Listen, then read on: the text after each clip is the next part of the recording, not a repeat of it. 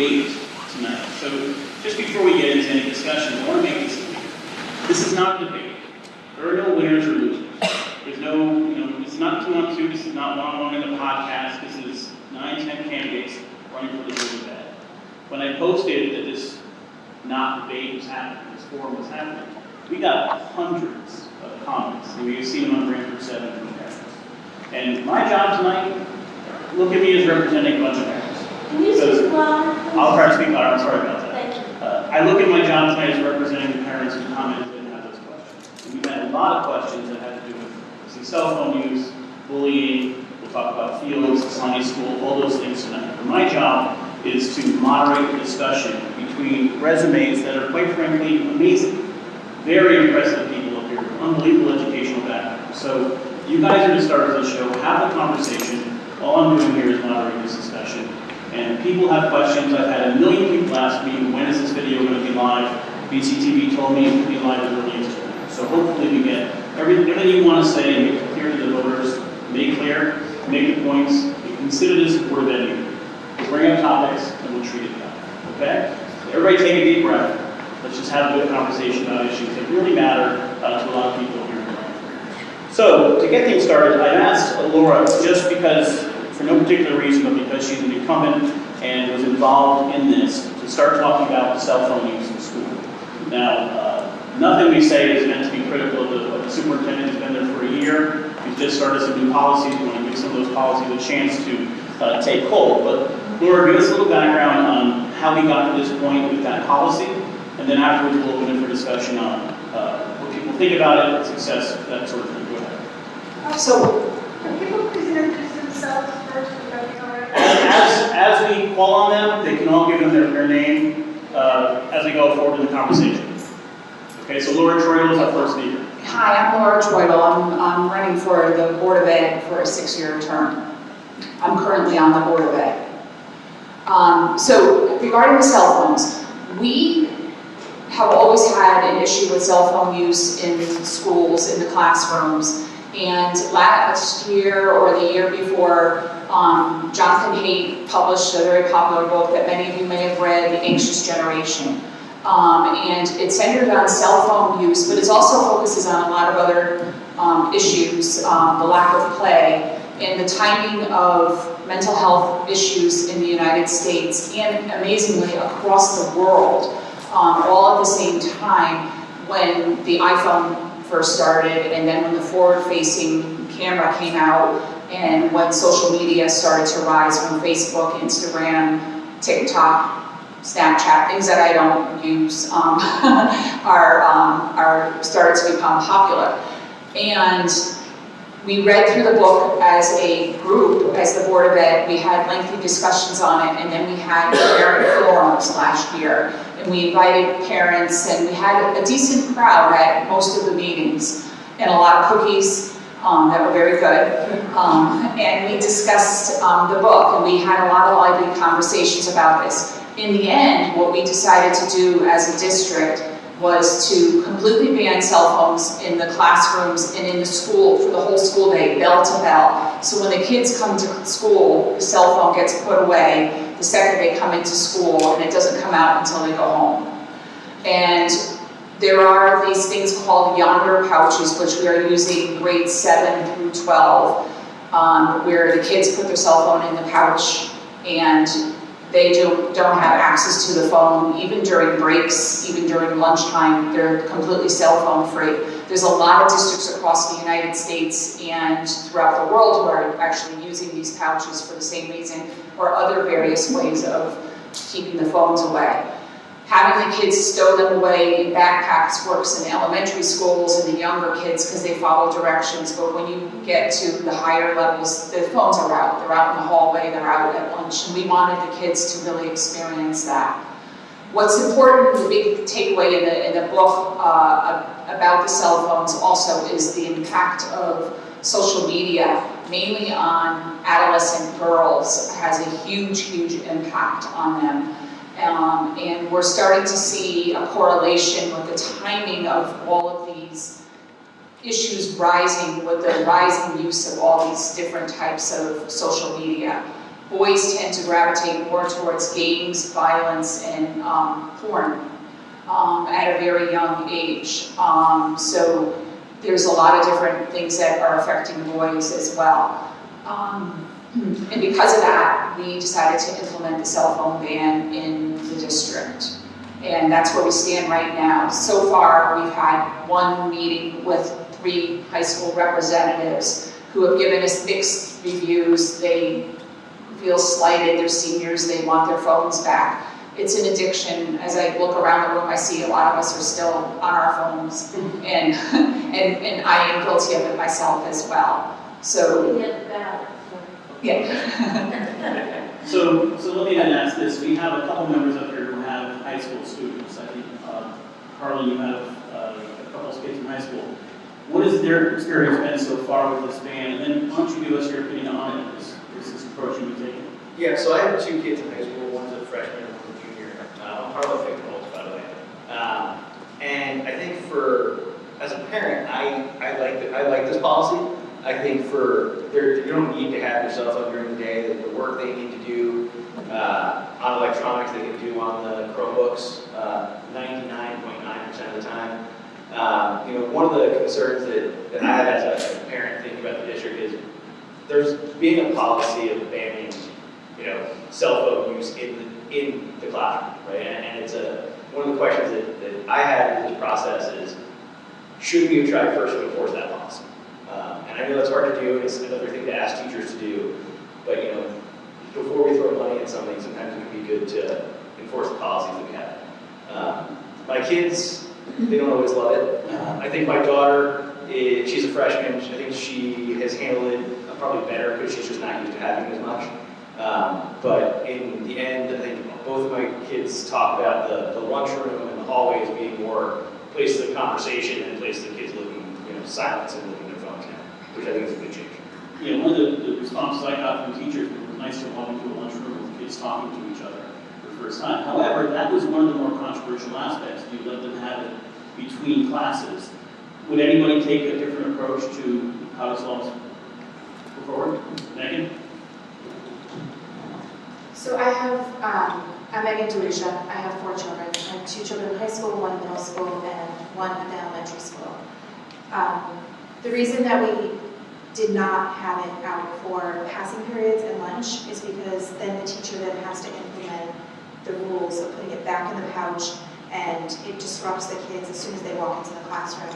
So we're taking away all of that learning time and that adjustment to actually getting into their learning modes as they get into each different classroom. It also makes the teacher the sole person to actually enforce all the rules. And I would rather have my child go to a class and be there for learning than have a teacher be there for discipline. That's my personal opinion. My 8th grader, he has the outer pouch, completely fine with it, puts it in the outer pouch every day. My 2 in high school, they're trying to find ways not to use it. We had an example brought up at the Board of Ed meeting last month about somebody putting a little Tykes phone in the pouch. I don't have any little Tykes phone, thankfully, in our household, so they haven't gotten there yet. But kids they're geniuses. When we first spoke about this, we talked about, how do they communicate? And during COVID, when, teachers had the Google Classrooms, they actually wrote in white on the Google Classroom and submitted it, and they would just highlight over it in their conversations. They could then see the invisible conversations that they were having. So kids are going to find a way to have those conversations. It's limiting the actual use of social media and things of that nature within the school to have, become kids, have the conversations, have the dialogue, have those respectful disagreements so that, you can build that communication style that you need when you're an adult. So that was part of it. Okay, so then how do we further combat, maybe somebody who's not an incumbent could address this? We talked about the issue with social media impacting our young ones. How do we address that? What's the next step? So if this works for a year, what happens next year? Do you do the same thing, or are there other things we can do to encourage a change in behavior?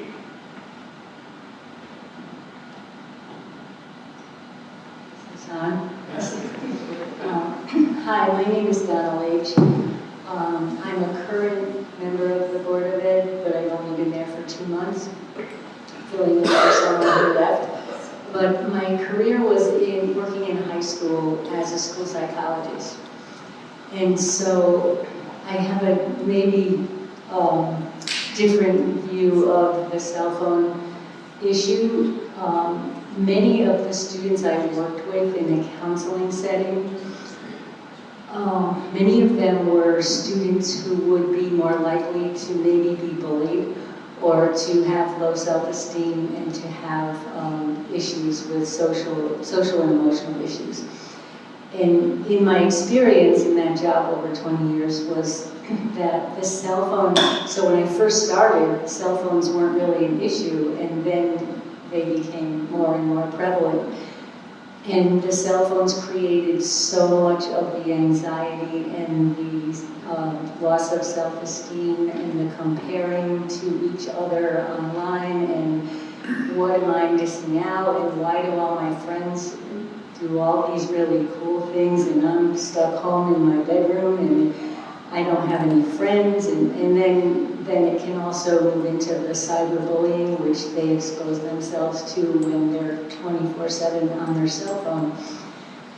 The other thing is parents have to help with this too. I had several students who would come to school and they had slept at night, or I shouldn't say slept, they were in bed at night with their cell phones under their pillow, engaging in drama in the middle of the night when their parents were not aware that this was going on. So there are so many negatives, and yes, there are some positives, but I just wanted to speak to that. Thank you. Alex? Good evening. Alex Paluzzi. I'm also was appointed a few months back, and I'm proud to serve at this point with Donna Leach because we both came on, I think, at a very, very important time. And if Donna and I remain just for the next few months, I think we came in a really good time. So I'm just happy with what we did. But talking about the phone policy, I was very supportive of that. And one thing that I noticed was listening to the students at our last Board of Ed meeting, I was really, really impressed by our kids. And they actually talked to most of the students in the school, all the grades in school. And I know one of our female representatives mentioned that they have a senior balcony where they can play games during lunchtime. And there were some students that kind of might not be with another friend, but she had approached that person to get involved with the game. So they're actually playing games during that time. It's a privilege for them. And also, I was really impressed by our male counterpart that was on there, and he said, you know, if they reinstated the phone policy back during lunchtime, that he would probably be on his phone the whole time. So now in the cafeteria, he's actually having conversations with other people, meeting other people, because he said just this would be on the phone the whole time. So I think it's really important. I know it's not for everyone. I'm sure some parents feel a little bit different about that, but I'm just really supportive of it. I'm currently, I am retired and I'm teaching both at Albertus Magnus and at Southern Connecticut State University. Kids are a little bit older, but as soon as we come into class, I start 5 minutes after the class starts. Their phones go away. It's done. An hour later, we're done with class. So I know, and it's just, I just think it's a really good thing. I mean, how did we get along for all those years when we were around? But the other last point I'll make is too, is kids, I had talked to different teachers and students themselves also, and walking down the hallways with their heads up. So I'm not saying it's a perfect situation, but I think it's the right thing to do. So Steve, you mentioned about going forward, you know, I'm not sure right at this point if I'm supportive of letting them have those during the lunchtime. I'm not saying I'm right about that, but I'm just saying let's see how this goes first. Yeah, and part of that, over the last summer, we've had these 3 different forums on the anxious generation. I don't know if everybody made it to those. I did read that book. It's a fairly stunning book. Everybody should be reading it as far as I'm concerned. But part of that conversation was, yeah, we can ban cell phones at the start. You know, what these kids have to deal with every day is addition. You have engineers behind these phones that are trained to teach these kids to stay on phones as long as possible. So whoever gets on this board, we got to work that out. I'm assuming that everybody's on board with what we've done so far in the district. Is that correct? No problem so far. Has anybody seen another school? I know some of you work in other school districts as well, or in many school districts, as Isaac does. Seen another policy that works, or has something you've seen in another town that might be of interest? Laura? With the cell phones? Yeah. Okay. Am I on? Yeah. All right, so there's a school, a high school in the, it's a middle school through high school. It's a charter school in New Haven. A friend of mine is the leader of that school, and they've had the Yonder pouches for 4 years, and they have not gone away from the Yonder pouches. They started in New Haven. It was a little bit different. They started because a lot of the kids were arranging where to meet, where to get in fights, where to get into trouble, and they started more for that reason. But they have continued for 4 years. They have seen an improvement in their academic performance, but a big improvement with the kids engaging with one another, a decrease in the violence and the trouble after school, a bigger decrease. And the kids have learned to expect that now. They come into that school, they know that they're going to get the phone put in the pouch, and they know they're not going to have it, and they've learned to like that. It's like a comfort zone. They come to school and they know they're going to be engaging. And I think they're hoping it spills over into home. That's the part that we all hope, is that this spills over to home, and that there are steps that people can take to try to limit cell phone use and have more family time at home, because I think that's more important.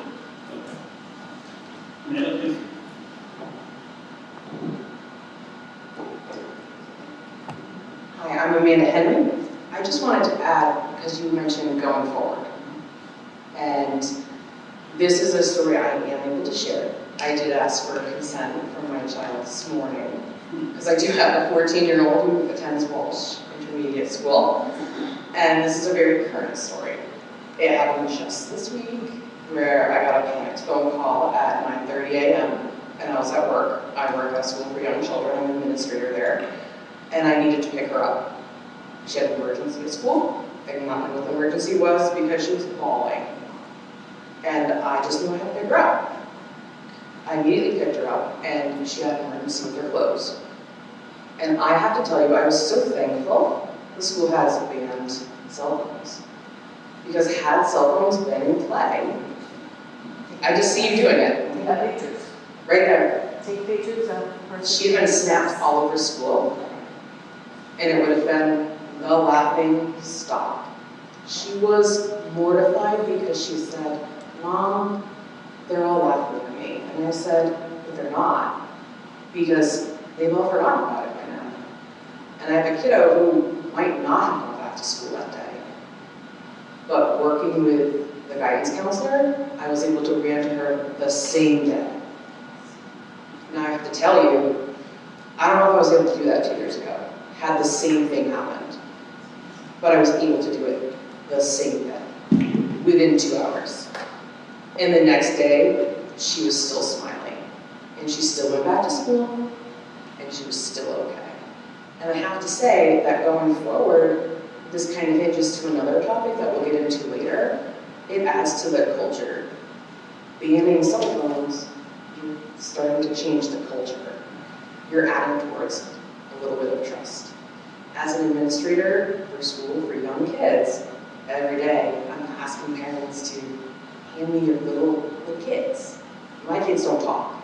I have 8-week-olds to 6-year-olds. They don't talk, and every day I just say, hand me your little guys. And I promise you I'm going to take care of them. And these parents do. And every day I have to work on building that trust. And that's part of what I have to do with Walsh, and I had to do with Murphy, and I'm going to have to do with high school. So I was thankful that Yonder pouches were there Monday, and I'll be thankful that they're there the next time something happens. And I'm just grateful that we have a policy in place now and that we'll work towards building more of those cultural pieces for Branford Public Schools going forward. But I think there's a superintendent that's very happy with this discussion so far. Thank you. Isaac, please go ahead. Give your name. This is on, yeah. I'm Isaac Arrington. I come at this, I guess, in multiple ways.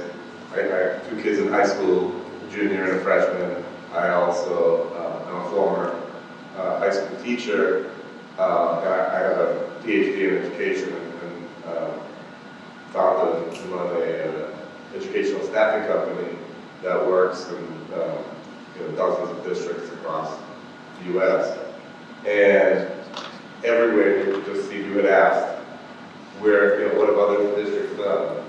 And basically, all districts that have banned cell phones have done some version of the omnibus, which is to take the phones away for the whole day. Whether it be checking them in a room, when you walk in, check them in what looks like an ice cream truck on the way out, which New York City did for years.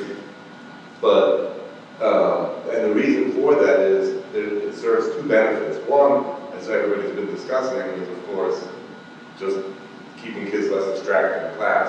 As a teacher, having distracted kids is hard enough without cell phones, let alone what it's like now. But also this notion of detox that Laura brought up, and we've all been talking about. And in order, detox is hard. And detox requires hard work, and people may not be, may not see the end when they begin. And I think to answer your question is what we can do is try to build on that, try to build and have the kids see what we all see and what we're reporting. Look, you're talking. Everybody's talking. People are more engaged. What does that mean? What does that mean from home?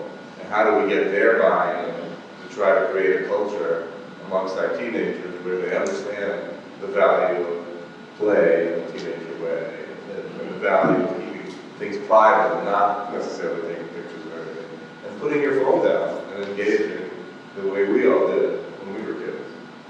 Well, and I'm going to move on from this because I want to spend most of the time again about bullying and culture. We're going to get a lot to culture on that topic. We're going to talk in a minute about Sony School construction. There's some people have an interest about something going on in another state. The Yankees lead 2-0. So, just to let you all know,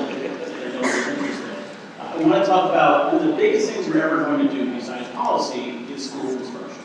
And as somebody who lived through Walsh, the thought process with Walsh doing that before signing was that Walsh impacts more students. Every student in the district goes through Walsh. I think it's fair to say that result has been spectacular, right? The town loves it. It's a great, the field's come out, a lot of really good things, and it's good to see. But we have this issue of slime.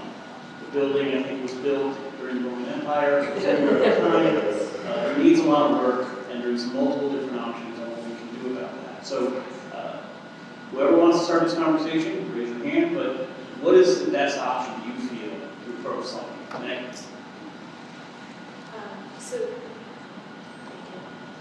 So the best option, I think, honestly, is to close down sliding. It's our smallest school right now with, I think, 240-ish students, and it's the most expensive. So right now, there's not a lot of options to make it ADA compliant, to bring it up to code. We're talking millions of dollars. And those millions of dollars can then be put into Tisco and Berkeley, hopefully, with the new study that we've asked for, to revamp those schools. And whether that means redistricting all of the grades, so all the kids are together all of the time, and you don't have that separation, and so all the resources are together in one school, or to separate them into 2 schools that are both K-4. We'll see after the study that was requested what the best option is. Going through construction, my kids were at Walsh during construction. It was very minimal, the disruption that was there for the students. I'm not saying for the teachers, because obviously the teachers have to create all those fun spaces. However, the kids were really resilient, and the project is amazing. So hopefully, once we get all the details, and whoever's on board at the time can make the decision that, whatever's best would be to have those 2 schools and to see how those construction plans play out. But my fight at this point was Sliney is a beautiful building and it's historic. And I think if it goes to the right person, they can make it amazing. Right now, it's just not the best place. If you have a child in a wheelchair, they can't go to the cafeteria, there's stairs. They can't go to the gym, there's stairs. We really have to understand all the things we're grappling with when we have students of every ability. And so, unfortunately, Sliney is just at the end of life for a school. Okay. Who's opposed to that? Shortest topic in history. So just so I have this straight, the plan right now, the discussion right now is about adding on or moving the students to the 2 other elementary schools? You would have to add on. The two schools can't have. Okay, so each one would have an addition. Correct. Now, wouldn't that avoid any sort of construction issue with the students? That they would just go from Sliney to a new construction, right? Is that correct? So no disruption like Walsh? Correct. The construction would be done and then the kids would move from Sliney to those schools. So nobody is for, correct me if I'm wrong, please, preserving Sliney as a school. Harlan. So I think you make a good point, and I think the bigger issue is how those schools are populated, right? And I'm not sure I have an opinion at this point, because I think a lot of it has to do with what ends up actually happening, but whether you keep them as 2 K through 4 schools, or K through 2 at one and 3, 4 at the other, I think that may be the more important decision that the board has to make than what to do in terms of the construction plan. Okay, so those of you with teaching experience, what's a better experience? To have K through 2 and then 3 and 4 together? Or to have it separated? We have a lot of experience up here. I'm Erin. I just want to say part of the reason I moved to Branford is actually because of Walsh. We drove right by it and it looked beautiful, and we're like, this is a town that's interested in investing in its education. We're now. I graduated from Harvard with a master's degree in education, and I've been teaching myself in high school as well before now running a college admissions company that serves students from all over the world. So really excited to be running for a position at the Board of Education to try to help Branford also be even better in this aspect. So to answer the question about K through 2 or 3 and 4, I think that it varies a bit based on the students. Generally, I think having students that are age grouped by age is a good thing because they're developmentally similar, or their needs are similar, and you can tailor the approach of the schools and the mission of the school and the events that the school is holding, and also the bus system can be more tailored to those students so that parents with kids in kindergarten can feel safe because the students that are also on the bus are, like 2nd graders rather than also 4th graders, right, who are talking about different things and looking at singing different songs and discussing, different popular ideas or even TV shows that might be too scary or too old for some of the younger students.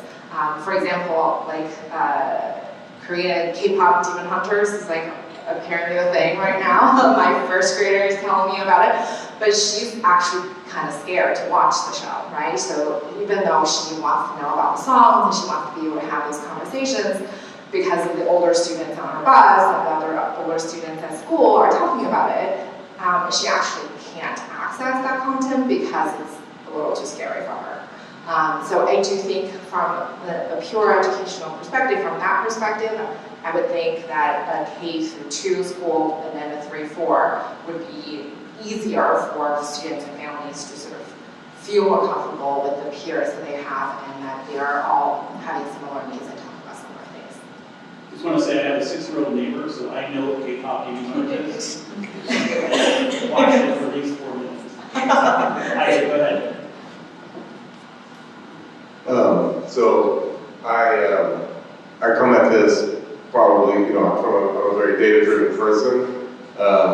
I'm not an expert on research in this particular domain, but I have read a little bit about it. And honestly, it's mixed. There's no consensus around. It's definitely better, at smaller age groups versus larger one. And Erin kind of brought up one side of the debate. I just wanted to bring up kind of the other perspective.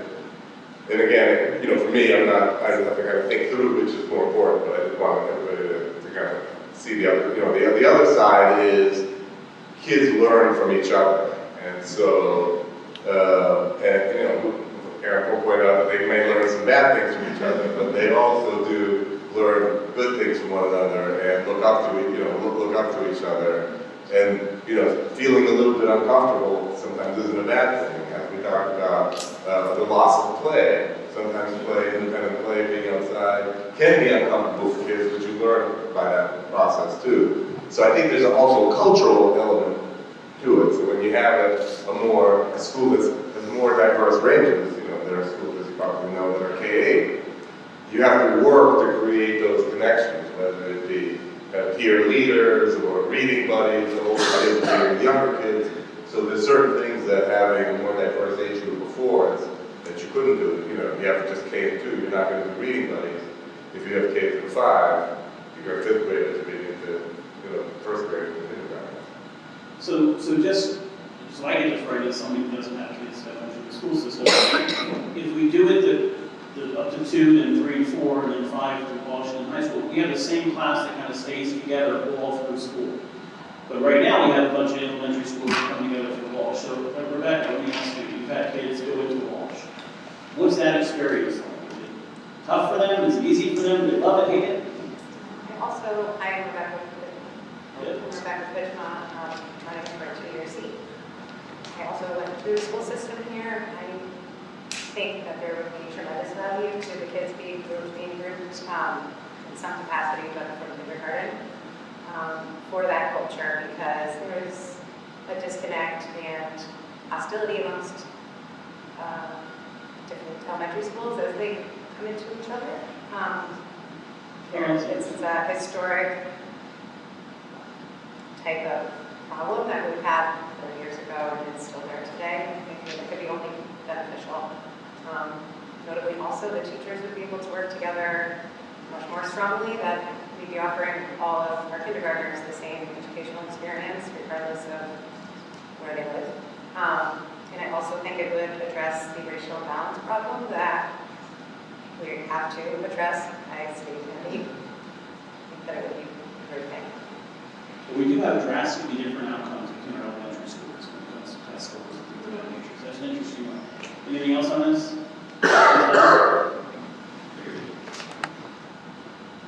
Is this on? Yes. I just wanted to add one other thing to the discussion. I don't, if it was up to us personally or me personally, I would have to hear all the sides of the argument.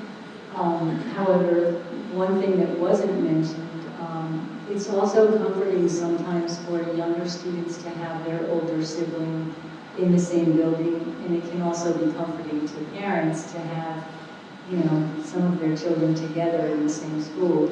So that's another thing to consider. I'm not saying it's the only thing, but there's many things to think about. Okay, Okay, back. Yes, I think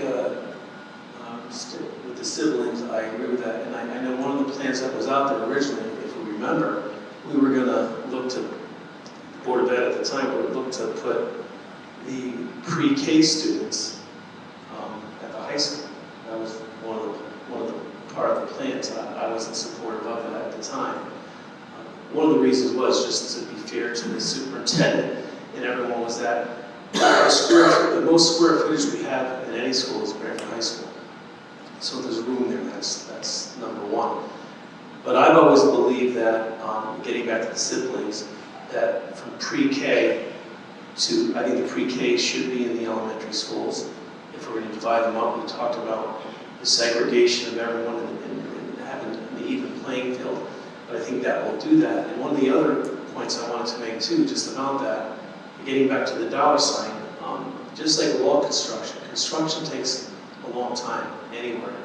Even in Branford, we took a long time. I mean, the fields down at the school, for 25 years, we've been working on that. So I'm just going way back, but things take time. So we started, last night there was an appropriation last night for $150,000 from from the Board of Finance, it's now going to go on to the subcommittees in the RTM, Education Committee and the RTM Committee for approval to try to move forward with what we're doing, because we have some issues that we have at the high school right now. We have some issues with the roof and, leaking, the boiler system, just a lot of things. But here's the key thing. If we go with the plan that we're talking about now, and we can do that, we have to also find out if we can do it at Murphy, if we can do it at Tisco. There's wetlands, just like we face down at WIS. But the biggest thing is, if we go with this plan at this point, we're always looking, what's the reimbursement going to be from the state of Connecticut? And I know that this is our best option, and if we go with this plan, it'll be over 60%. That's a huge savings to the town. I would say, just not exactly, I would say it's like 63%. That's a big difference. So that's the plan. But these things take time, but we have to start now.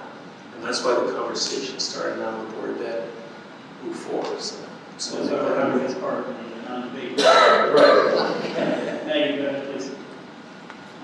So I am not an education background, I actually am in business, and my biggest thing is looking at the whole picture. So yes, the 63% reimbursement is amazing. We also have to think about busing. Busing is one of our biggest costs. So if we redistrict to K through 2, that means we have to now redistrict all of our buses. We'll have to do the entire town 3 times. So it costs more. So there's other components other than just centralizing the education for the children that are costly to the town, and it's a bigger picture.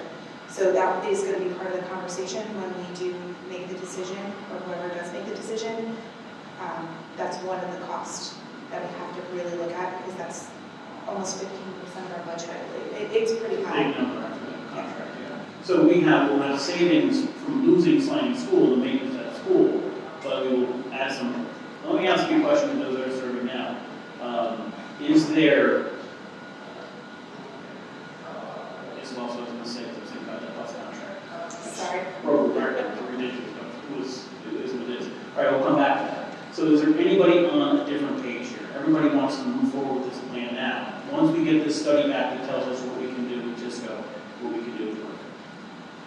No opposed? Okay. So we'll move on from that. One thing I want to say to Aaron, next time you see Jamie Cosgrove, tell him what you said here. That you went by Walsh and said, I want to move here. We are losing people because of Walsh before. People were getting up to that grade and saying, we'll go somewhere else. So glad to hear that.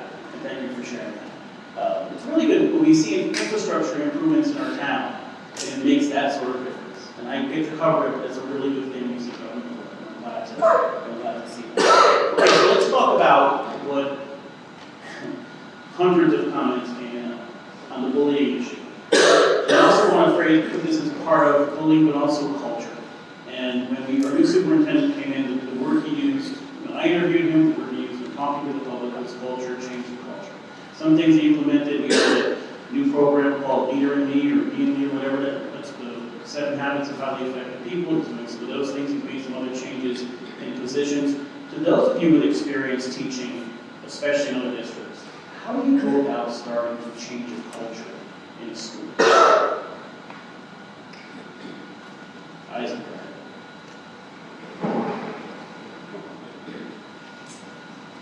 I think, we probably all think when you're starting off with changing the culture of the school, you gotta go for the students. But actually, that's not a mistake of our word. I don't mean that we shouldn't address the students, but it actually starts with the teachers, and then a close second is the parents. Because schools, as we've already discussed, are larger than themselves. In other words, what we have in school leads. We meet, whether it be through social media, after school, homework, it stays with the sports, it stays with us forever. And so it's one, some of the biggest obstacles to cultural change is not getting the teachers on board. So really getting teachers involved, creating a vision for how the culture will be, and having their buy-in is integral to just getting started. and then they obviously can communicate that with the teachers. So by the time you really begin to implement what some kids might see as dramatic policies, everybody's aligned and everybody's got the same messaging around why this is happening, instead of having some people undermining that message who haven't been brought out to the bus. Okay, Arlen, what's with you? Yeah, I mean, I think that you can see that, and I can't remember which board of committee it was presented to, but the superintendent presented data from the climate survey that was done earlier, and you can see that, like, you know, both Walsh and at the high school, you know, the teachers didn't feel it was a great climate. The parents had issues, the students had issues, the teachers had issues. Climate's holistic, and I think we forget about that. So I think things like the improvements we're seeing with students interacting with each other with the cell phones is a great thing, right? How it goes out, it helps. I think it's hard because you have to build it. Kids don't want change, teachers don't want change, parents don't necessarily want it either. It's continually working. It may be the kids who are in elementary school now who are really the ones who are changing the culture of Walsh, for example. It may not be the kids who are at Walsh right now, and that's hard to think about that time scale, but that may what it be. Okay, Donna? Thank you. I'm glad people brought up teachers, because that's one of the things I wanted to mention. In my 35 years in public school system, I worked in 4 elementary schools, 2 middle schools, and 1 high school. And in the same town. And basically we're talking about culture. It's amazing that you could work in the same town and each building has a different culture. And I attribute that to, from the top down, the principal sets the tone, and if he or she respects and values their teachers, whom we entrust our children to every day for 180 days, or 82, I don't know what it is now. But those teachers are in the trenches. They're the ones that are with your children every single day. And they do far more than just teach. They teach, they mentor, they counsel, they serve as role models. And if they're not respected and if they don't feel valued, then they don't want to be excellent. They don't step up to the plate. So that's how the culture works. And so getting back to how I started the conversation, same town, all these different schools, every school had a different culture. And so that's all I want to say. Thank you. Amanda, please. I just want to bring together a few points that people are making, because absolutely the culture starts with in the building, and as an administrator, it is changing the culture. I was a teacher for 18 years before I fully took on the administrative role, and making sure I kept the same feeling that my prior administrator, who I still have now, she's with me now, and I adore her. Making sure I kept that same feeling and that same culture where teachers are respected is huge. You have to do that. Isaac started to touch upon it. We have a superintendent who's doing it. Communication. Dr. Tranberg communicates with us. Social media, he's figuring it out. Like, he's in touch with us. There's newsletters that go out. Communication is key. If we don't know what's happening, we can't help. We can't partner. We're partners. All of us are. All the stakeholders are partners. And that goes a long way in helping reform the culture. Teachers are the first step, like Donna said. They're inside the building. So unless we can help them, we can't help each other. And communication is the biggest part. So unless we don't start there, and we start a conversation, like we're doing now, then it makes it even harder. So I agree with everybody's points here, but I just wanted to add that communication and the relationship part. Erin, please go ahead. Yeah, I think everybody's been talking about really important things, and I totally agree. If I were to summarize, I would say it starts with leadership, and it starts with consensus building, which involves communication. And you need to make sure that you understand if there are people with concerns about the vision that's being communicated, what those concerns are, and how to address them. And I totally, 100% believe that the teachers are the ones that actually change the culture. Yes, they will listen to the administrators and they'll get guidance from the administrator. They will understand what the vision is set by the building principal. But on the daily basis, the ones that are actually going to influence how students think about situations, how students deal with things that come up, are going to be the teachers. When a teacher addresses something they see in the classroom, how they respond and how they address that situation is the culture. It's the words that are coming out from that teacher, it's their attitude towards the student, it's whether or not they give these students a second chance, or are they going to hold them responsible for what they've done. So at the end of the day, it is definitely the teachers, and they deserve all the respect from all of us. But I do think that having the vision being very clearly communicated from the principal. So the first thing is to make sure the principal is on board with the district superintendent's vision for whatever culture that we want to change and why those things are important, and making sure everybody, including the parents, are on the same page about that. Emily, I'd like to ask you a question as you're someone who top. And when you look at the Branford school system, is there anything with regards to the culture or looking forward to putting your child in school? Is there any fears or concerns you have? Hi everyone, I'm Emily Johnson. As a parent with a toddler, there are some concerns that I have regarding the bullying, the culture around bullying. We come from a biracial household, so my daughter is of mixed race, and because of our current climate right now, we do hear and see a lot of things, a lot of times online, a lot of times in person, or over the phone or whatever, that are slanderous and could be very offensive to children who are learning.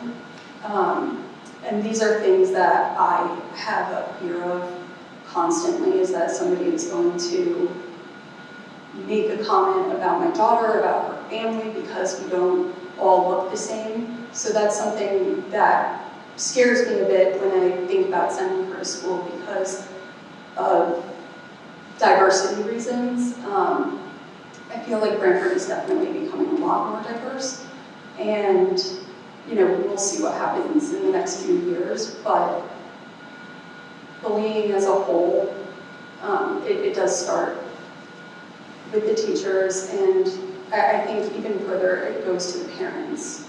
Kids listen to everything we say, so we have to make sure that what we're saying, even amongst each other, is kind. That's one of the big things we practice at home is kindness. Whether we disagree with what's going on, we try to do it with respect and kindness.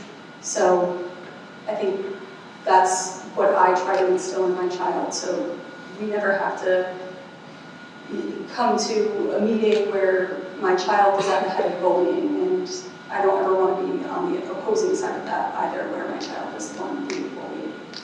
I appreciate that perspective. One of the complaints I get from teachers the most often is the lack of consistency.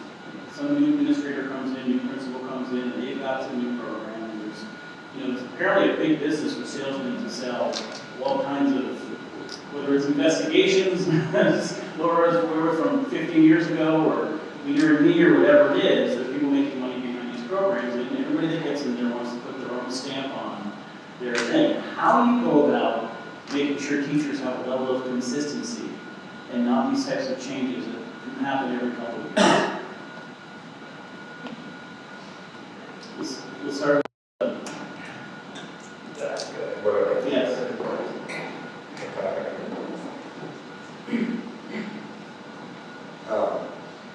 Steve, thank you. Bring up, an incredibly important point because the average life expectancy of a superintendent yeah, I think somewhere between 3 and 4 years. Definitely have a shelf life. And, you know, they come in, and just exactly right, and they have, now, I know this very well, I live in this world, we sell to school districts, and we oftentimes will partner with new superintendents, and then when they leave, we leave, and it's really unfortunate.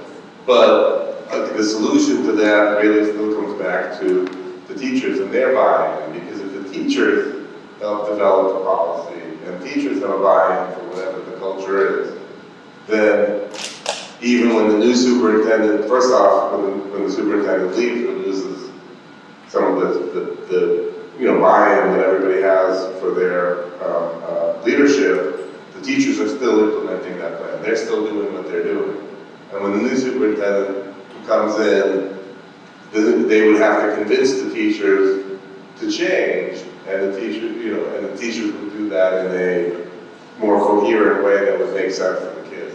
So again, it's really just underscores the importance of having that that culture permeated throughout the whole community, so that it's not just new leader comes in, snaps their fingers, everything changes. We'll go with, I'm drawing blanks here, sorry, names. Nate. So I definitely agree with the teachers as the component. I have to say, one of the things we hear the most, especially with Dr. Schramberg, is that teachers are now at the table. So they have a voice, and they're able to respond and articulate all of the things that are good or bad about a program and have a voice at the table, whereas before they didn't. So I love that, you know, they are the ones that are actually implementing these changes. And yes, it's top-down culture. However, they're the first hand that gets to our kids. And so if they have a voice at the table, they are the ones who are recommending, or with some of the programs that we put in place, like the English program and the math program, they come with their concerns, and everyone at the table is able to address or, you know, decipher what is the best approach that they can take. Okay. Right. Yeah, so you know, I have a PhD in psychology. I'm a researcher and a data scientist in my real job. And one thing that's important is, you know, these curricula and things like that are programs are expensive. And so I think one of the important things is to make sure that whatever it is, it's evidence-based, right? There are plenty of people who are out there selling curriculum that haven't done the work to see whether it really will be effective. And that's unfortunate, because if you buy into one of those curricula, then you may have to replace it sooner than you would have liked, because it's not really doing what it purports to do. And so making sure that, you know, the decision is informed with the data and the experience of other districts, not just what we think will happen in Branford, is really important. Okay, Laura, please. Yeah. As an example, I think it was the math program is called Bridges, and a lot of the teachers were implementing the program differently. Some teachers, and we have to remember, teaching is an art, and we can't put teachers in a box with that. And there are ways they go through professional development. We offer a lot of professional development for the teachers, and they're getting told what they can do, but they also can think on their own, and they have different ideas. And a lot of the teachers were implementing the Bridges math program. I'm just picking on this because this is the one example I can think of. There's many, but they were implementing it differently. We were having trouble with our math scores. We do know where we rank in our district reference group, or called the DIRG. And we're in the lower 1/3, and we want to move up into the top 1/3, and that is our goal. And the teachers were meeting with the superintendents and their building principals, and we have a new math program. It's a Singapore math program, a little different than the one I was advocating for about 20 years ago, but it's a much better program, and the teachers had a lot of input into this program. And when the teachers feel confident with what they're going to be able to teach, they teach it better. When they're uncomfortable with a topic or having to find workarounds, we can all think about how in our own lives when we develop workarounds for certain things, it makes it more problematic, and then the kids get different outcomes and different things. So this is one of the aspects that we've taken an approach to. Sorry. Sorry. Okay, back again.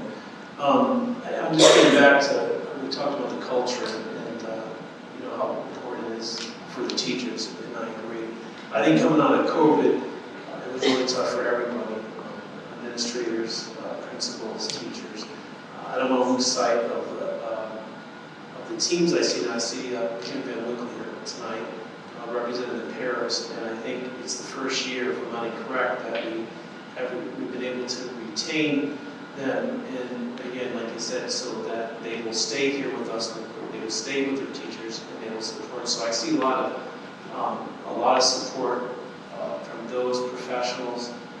But again, I come back to us as parents when it comes down there. It starts there. It starts at home. I know people come from a lot of different areas, but what I found out when I was at the end of my career as director of Parks and Rec, I know that we were disciplining a lot of the kids ourselves. And I might be old school, but I learned that way. And I just think that we just had to take responsibility. And our superintendent, our current superintendent, is outstanding. I'm so happy that we gave him another year on his contract, because I think he's ahead of his time. I think we're so lucky to have him in this district. Whoever serves on this board to work with him, give him that chance. He's making a difference. He's brought in some great professionals, academically, all the way through, security-wise, you name it. But one thing that I know is putting pressure, and I think the current board members can agree with me, and ourselves too, and I get the message out to any of the principals there. He's really putting the pressure on when it starts at elementary schools. This is where this all starts. And hopefully we can try to move the culture in that direction as we go forward. But again, I think I was a little bit, I'm just worried about, like you're saying, like in the future with this whole situation, that we can make sure that the teachers continue to buy in. We have a lot of young teachers out there, and you have to understand, when you're a young teacher in a school system, and they're very talented, it's kind of tough, because they need the support, again, of the administrators, and they need the support so that they can feel comfortable in being able to do that discipline within the school. And it gets back there, but you know, that's what's happened on all levels with us, that we've had to also become that part of it. So that's just my take. I gotta ask you to follow here. Discipline for who is? What I'm saying is, I said, I think that discipline has to be brought forward, and we have to make the kids themselves accountable, and also and communicate to those parents that. That's what we did all the way through with what we did. We would bring the parents actually in, and get someone representing, no matter what the situation was, and we would be there to support them. All right. So let's talk about then the thing parents care about the most when it came to this discussion. You know, bullying is a very tough thing, because bullying has a very specific definition, and many parents kind of consider almost anything that happens to their kid bullying. At the same time, many parents notice that their kids could be bullied. So let's talk about this for a second. How do we start addressing? Yes, we have a policy, and yes, we're limited because the state requires a certain policy and limits what you can do. What on a local level do we start doing to address this problem? Eric, oh, I'm sorry, Nate. I think it's going to be a community effort. It's not just the schools. A lot of people say it's the schools have to do it, and I have fought on that policy. If you go back and watch the videos, I was not happy with the wording from the state. The state mandated the wording. So it has to be a community effort. We have to instill kindness back into our kids. And it could be the littlest thing that they don't realize that they're saying or doing to another child, and the effects that it has. So if it's, you know, community events, if it's parent forums, we need to bring all of that back together to have that community effort to bring kindness back to our children. Amanda, please. Amanda, just a reminder, how old are your kids? My child, is 14. So, The children at my school, no, your child is 14. my child is 14. That's Walsh, right? Okay. The most complaints you got were Walsh, so I'm really curious. Yes. I will 100% agree, families are the first teachers. You have to start all of your learning at home. All of these conversations have to start at home. Conversations sometimes are difficult to have. Children can understand anything. Truly they can, as long as the words are developmentally appropriate. Believe it or not, I will echo, it will be an echo chamber in here, they are resilient. I believe it was what Megan had said. They are resilient.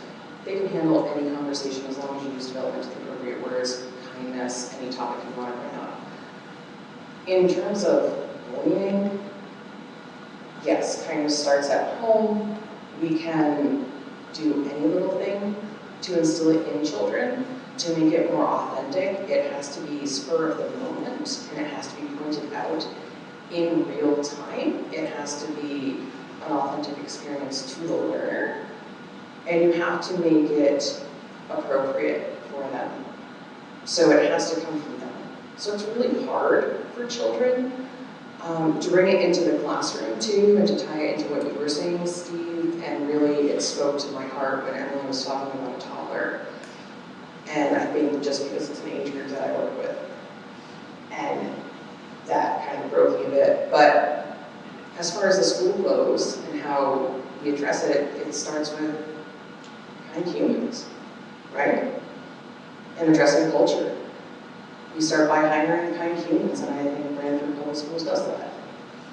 I've run into a slew of kind humans with Nellie's schooling. They've always had kind humans in their classrooms. Like, if you have a safe environment, you build strong learners. The curriculum almost becomes secondary because your children feel like they can learn in the environment. And I hope that when your child enters school, they encounter teachers who can have them embody the same motto that we had at BPS, which is learn today, lead tomorrow. And they have that kindness instilled in them, and that they can instill in your child. Okay. Carmen, please. I agree with that 100%. I think that, and I made the touch on this a little bit, is part of it also is responsiveness of the adults.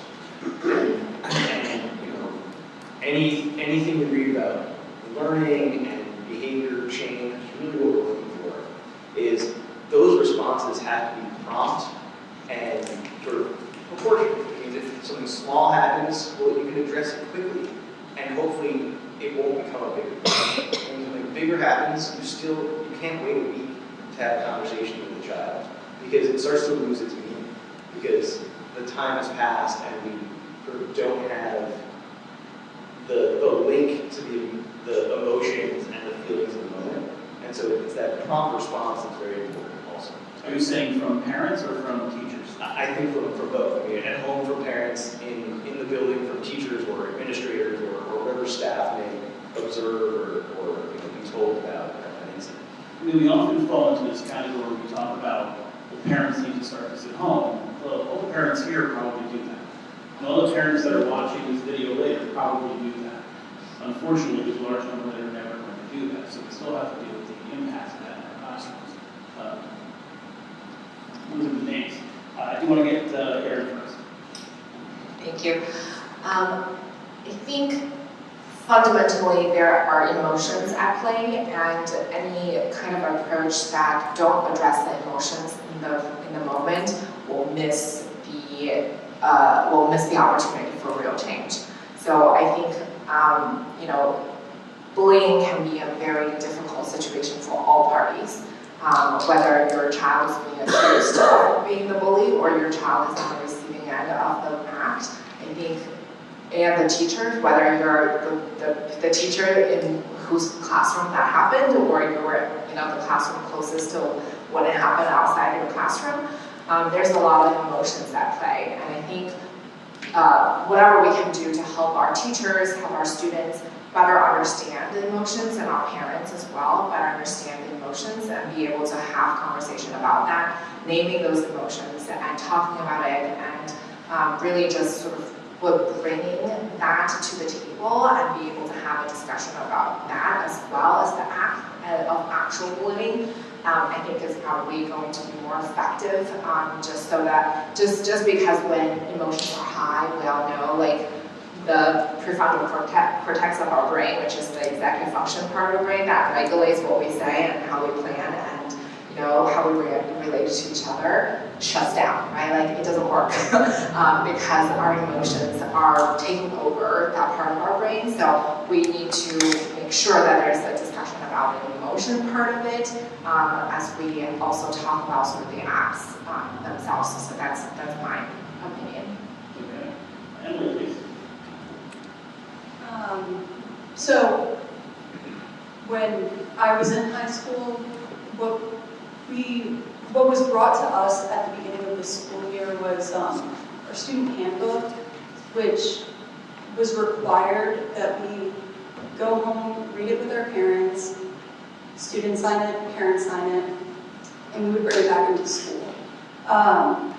Whether parents or students read it or not, anytime a situation presented itself where someone was bullying someone else and it was brought to administration, they referenced the student handbook that we signed. And that was essentially our contract that whatever's in here is what we're going to abide by. So bullying policies, the things that we say, the stuff that was posted online, even if it was outside of school and outside of school hours, if it was brought back into the school, there was a clear punishment that aligned with that policy. So, and I feel like that for the school that I went to, at least I felt like that really did, it didn't make bullying go away because there was the few that didn't really care for the rules, but it did help when there were things at stake, getting referrals 5 times a year so you lose prom. And that's what you're signing to. You're signing to abide by that set of rules, and you're agreeing that if you don't, then there is a consequence and you will miss out, and it's unfortunate, but it's a way to hinder away from bullying, knowing that you have something larger to lose, and I guess, keeping your comments to yourself. And our teachers did reference it a lot. When things happened, the student handbook was right there. This was the policy, and this is the punishment for, and it was never anything extreme unless it happened so many times. Then you miss out and you lose out, and nobody wanted that. So it was, I think, at that time, it was something that was instilled in us that we were going to miss out. And that was around the time where cell phones became big and popular at school, and people were taking videos and, walking into a principal's office with a video from the weekend prior. It could often be embarrassing and unfortunate that your administrator got to see it, and it got to that level. So I think, aside from the cell phone policy, the bullying can start with a simple implementation on the school of, here's our handbook, sign it, follow it, and this is the repercussion. Donald, please. I'll be brief. I just agree with every single thing that's been said. It's important to react. It's important to respond whenever there's an incident of bullying. But I wanted to bring up another point that in my job as a high school psychologist, many times I was forced to sit in my office with a student and try to convince them to fill out the bullying paperwork, and sometimes that was really hard to do. And by the time it got to my attention, it had been going on for months maybe. And then at that point, the student was still very reluctant to fill out the paperwork so it could even get to the administrator. So I just want to make that point that it's not always so quick and easy. Yeah, I think one thing we have to say, bullying has a very specific definition, right? So repeated, intentional aggressive behavior that involves a real or perceived imbalance of power, causing harm or distress to the target. And so once something is labeled bullying, we have a process that we have now passed. Here's the complaint I get from parents on a very regular basis. They felt like teachers and administrators were failing to label something as bullying when it should have been. How would you respond to that? Yeah, so this is the exact conversation that Megan was alluding to before when we had to adopt the recent bullying policy. We had to re-adopt it. The state made that definition, and we had what was the word we wanted to change in what you just said? There was one word we wanted to change because we want to say and or. The imbalance? The aggressive or. Repeated, intentional, aggressive behavior that involves a real or perceived imbalance of power, causing harm or distress to the target. Aggressive and. Okay. And I want it.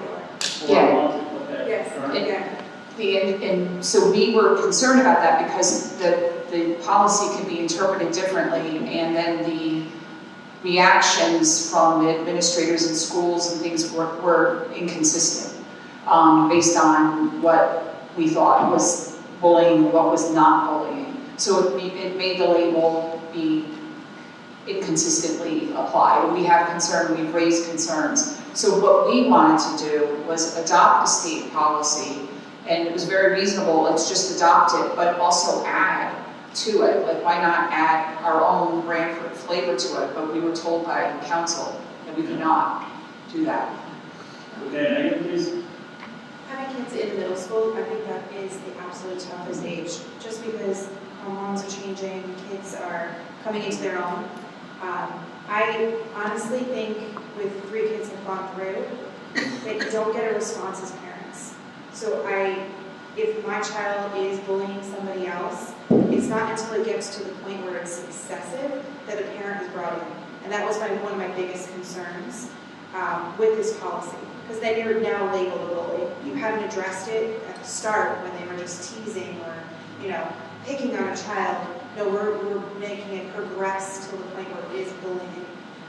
So that's my biggest pet peeve about this policy, and that the state mandated it. But that's a bigger conversation with teachers. At Walsh, there are 700 students, but can there be a point person for each grade to have that conversation, get that feedback back to parents, bring them to be a part of that conversation with the school and their child, so it's not just the student and the teacher having those conversations without addressing, or the parents even knowing what's being addressed. Please, let's get Rebecca.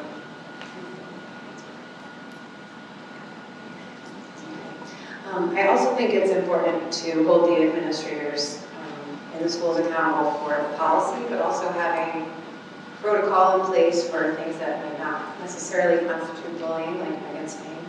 And the communication is key as well. I know that there's lots of feedback about bullying or not quite state reportable bullying behaviors that are swept under the rug and dismissed entirely. I think a number of us have experienced it firsthand at Walsh, and I think it really comes down to the administrators in the schools too. And certainly, it's a question for all of you, and you know this more than not. Walsh was a school that was pointed out over and over again. Is that a product of culture, or is that a product of just the age of the students? Harlan, please. So I think part of it is the age. I think part of it continues in the high school. I think with different ages, you have kids who handle situations differently. But the behavior, I think, exists throughout. It happens in the elementary schools as well. I think it can be handled differently with younger kids and middle school kids and older kids. I think the biggest part, I think, given the strictness of what the state policy is that behavior has to be addressed before it gets there, right? I think the biggest way to decrease bullying, that definition of bullying, is to not let the behavior get that far, which means you have to have accountability for the actions that don't quite get there. And I think what a number of us have said, and maybe have my kids who experience things that way, is that sometimes until it gets there, it's not taken as seriously. And that should be, right? It's the little things become the big things then become the giant things. And the little things you can stop. Do we feel like our teachers and administrators have the resources to do that? Yes. Isaac? No problem. Yeah, I mean, I very much agree with what Harlan said. I just take it from a slightly different perspective. Anytime that a state agency defines something, there's always unintended consequences, right? It's basically putting a line in the sand. So then, as Harlan kind of alluded to, if I'm not at that line, that doesn't mean it's not that bad. It's kind of like diabetes, right? Like, once it's as if my blood sugar was only 3 points lower than that, I'm good. It's not like that, but unfortunately, there's that negative effect when you create that official boundary. Sounds like my doctor. And I spent, when I was a teacher, I spent a lot of time managing my classroom, managing the relationship with the students. As a college professor, I spent a lot of time managing relationships in a different way, managing relationships and group dynamics. As a CEO, I spend a lot of time managing employees. And what I've learned throughout all three of those experiences is that it really comes down to empathy, connectivity, because if you're not going to have good empathy if you're not connected with somebody. And then to a lesser degree, positivity. So one of the biggest pillars of the strategic coherence plan at Branford is teaching leadership. And if we want to teach leaders to our young people to be leaders, they need to start with empathy and with connection and getting their teams and other people involved and together. And then, of course, in a positive way, we want to remain positive. We don't want to be connected and empathetic about negativity, of course. So that's just, I guess, a little different spin on what everyone was saying.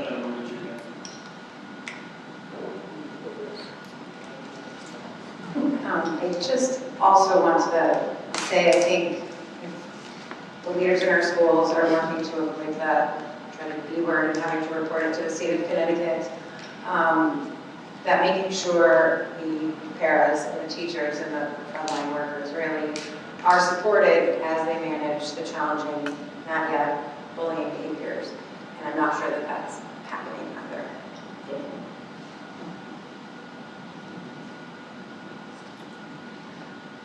No one likes the word mandate because I get mandated to do things at school all the time just from the office of early childhood, and sometimes you just have to adopt things, and I totally get it. It's not great.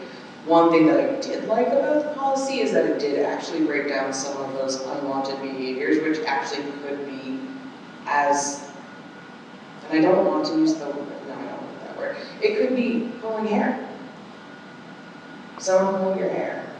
And if you wanted to be the parent to report that to the school, you could if your child didn't like it.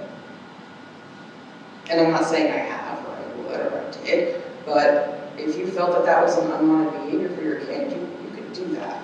And now you've started a paper trail. If you felt like that was the unwanted behavior and it was a repeated action. Because that's an unwanted behavior. That's something I liked. Another question you had was, as a community, how can we enact a little bit of a change? I had two responses that I didn't say and I wanted to add. One was somebody on social media had put out a comment like, oh my gosh, my daughter is being bullied at Walsh. This was, I think, last year. She was in 7th grade at the time. My kiddo was in 7th grade and I was horrified. Because what if it was my kid? Now, in my house, that is not tolerated, because it's just not. And as a human being, what I did was I reached out to the mom immediately, and you can track this if you're in that group.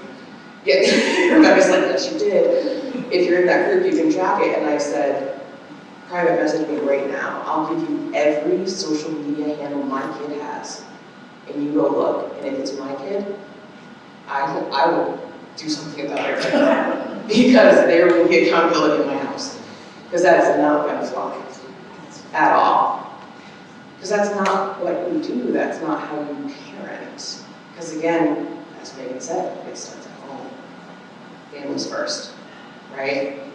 And even back to what Emily was saying about her little one, it starts when they're just that little, and we need to do something even deeper than teaching them sorry, because I know what sorry means, you guys know what sorry means, but if they're 2, do they know what sorry means? They don't really, because how do you teach somebody remorse? It's really hard to teach somebody remorse. And to go deeper, actions speak louder than words. So as a community, maybe we can start doing that. Oh my, look, the earth is really sad. Let's pick up the trash. This is how you start. You know, oh look, you hurt your friend. Let's go get them an ice pack and sit with them while they put the ice pack on it. That's what we do at school. And these guys are little, I mean, they're 2. And Nellie, when she was young, she was a reader. So Nellie would bring an ice pack to her friend if she hit somebody. And she would sit and help take care of her friend. And that's how you take care of somebody, and that's how you start the beginning stages of empathy and teaching remorse and sorry and building kindness. So it's not just punishing bullying, anti-bullying. Be an anti-bully.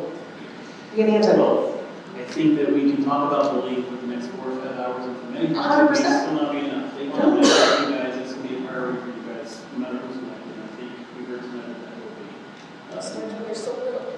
We could have talked about 20 different topics. I did not want to do a 2-minute quick run through a bunch of topics. I wanted to have a real conversation. I thank all of you for being part of that. I want to give everybody a minute to just introduce themselves again, say what they want to say, vote for me, whatever you want to do. I want to point something out that at no point did anybody mention their political party. And that is a great, great sign. Because traditionally our Board of Ed has not been all that political. And I have faith that whoever's in there after November will continue that tradition. So thank you so much for that. We'll start at the end of Emily if you want to work the mic down. Emily Johnson, I'm running for a 2-year position. I'm not going to disclose my political affiliation, but I would greatly appreciate your votes for me. Hi, I'm Laura Troidel. I'm currently on the Board of Ed, and I'm seeking a 6-year term to continue. I really am looking forward to working with our superintendent. And we think this, out of the past 4 years, I think it's one of the best things. If you had to ask me what we did as a Board of Ed, I am most proud of hiring him because he's leading the way on a lot of this.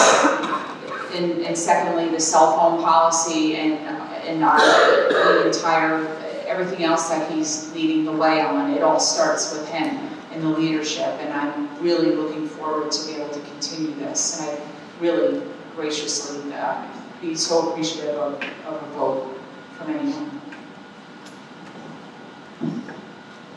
Hi, I'm Erin Gu. I'm running for a 2-year term as well. I am just really excited about Branford being part of this community and being able to contribute as a member of the Board of Ed to continue the good work that's already been done so far, and to see Branford Public Schools being taken to the next level and be part of that action. And I'm really energized and really excited about that opportunity. So I would love for your vote so that I can contribute to the town in the best way that I'm able to. I'm Megan DeLucia. I'm running for a 6-year term. One of the things I'm most proud of is, again, Dr. Schreiber. I was on the hiring committee for all central office, and I think he has put together a really great team. I love going to the Board of Ed meetings and being a part of that discussion. I would love if more people would come to our meetings because we don't really have anybody. This is the first time I've seen a crowd, but I'm glad everybody does watch the videos. I am currently on the Personnel and Finance Committee chair, and I love to bring that business aspect as I don't have an education background, so it brings that different dynamic to how we run our schools and the budget. So that's more about me. Hi, my name is Donna Leach, and my experience is in education, 35 years. And I think the best thing I have to offer to the Board of Ed is the experience I have with the social and emotional piece for students of every age level, and spend most of my year at the high school, but also in every age group. And the only thing I want to say about tonight is thank you, Steve. And I think that everyone here should be on the board, so the people that aren't here, they're off. So again, I'm Harlan Fichtenholz. I'm running for a 2-year position. I have 3 kids. One is a recent graduate from Branford High School. My other 2 kids are now in the high school. And I kind of want to bring my experience as someone who's working in higher education for the past 20 years, someone who has 3 kids who have made it almost all the way through Branford Public Schools. And my wife is an employee of the district, and she is a social worker in the district. And I feel like having that perspective from all components gives me an opportunity to do a lot and work for our children. That's really what this is about. So hopefully you enjoyed what I've said tonight, and I can have your support come November. Thank you.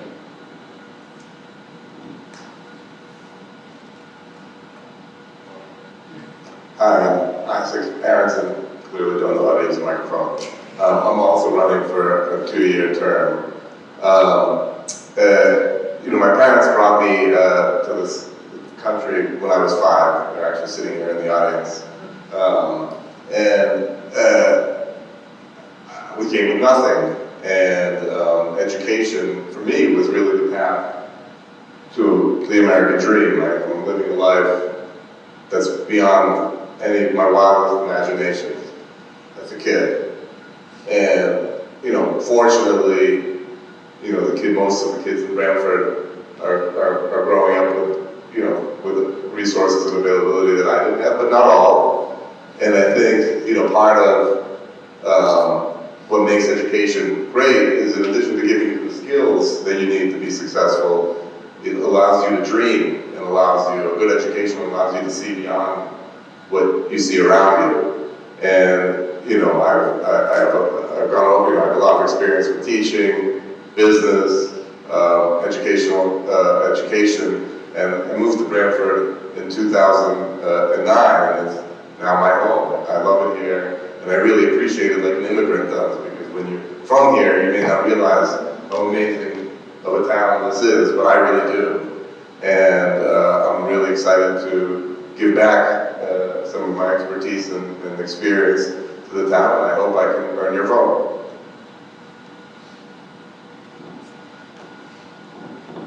Hi, my name is Amanda Henry.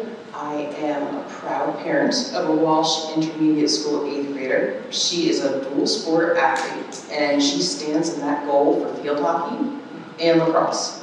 And she gets hit with those balls left and right.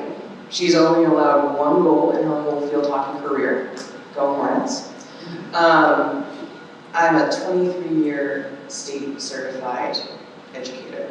Right now, K through 6. It will turn over to a pre-K through 6. I'm very passionate about teaching. Early education is where I'm at. As Nellie calls me, I'm a nerd during the legislative session. I'm up late at night watching government TV. My mommy receives lots of emails around 2 a.m. Because I watch what happens there. I am just really infatuated with what's happening in Branford. I'm involved with the town. I'm on the board for lacrosse. I'm junior warden at Trinity. I love animals. I volunteer with a few different rescue groups, and past PTA secretary at Murphy, and I'm running against and some really great competition for a 6-year term. So I love your support. Thank you. Thanks for being here tonight. I'm Rebecca Kutchma, and I'm running for a 2-year seat. I am a lifelong Branford resident and have gone through the school systems here. I have 2 boys in middle school, and I really want to be a part of making the school district what I remember it being, and helping see that through. I have been maybe over-involved in all of their education and extracurriculars, and this is my next step. Vote for me too. Steve, I actually wanted to go first because Donna said what I wanted to say. Thank you so much for everyone for being here. I think it's great. This is the most people we've had at a board meeting. So thanks for Steve doing that. I think it was wonderful. I did want to reiterate what Donna said because we were interviewed a while back.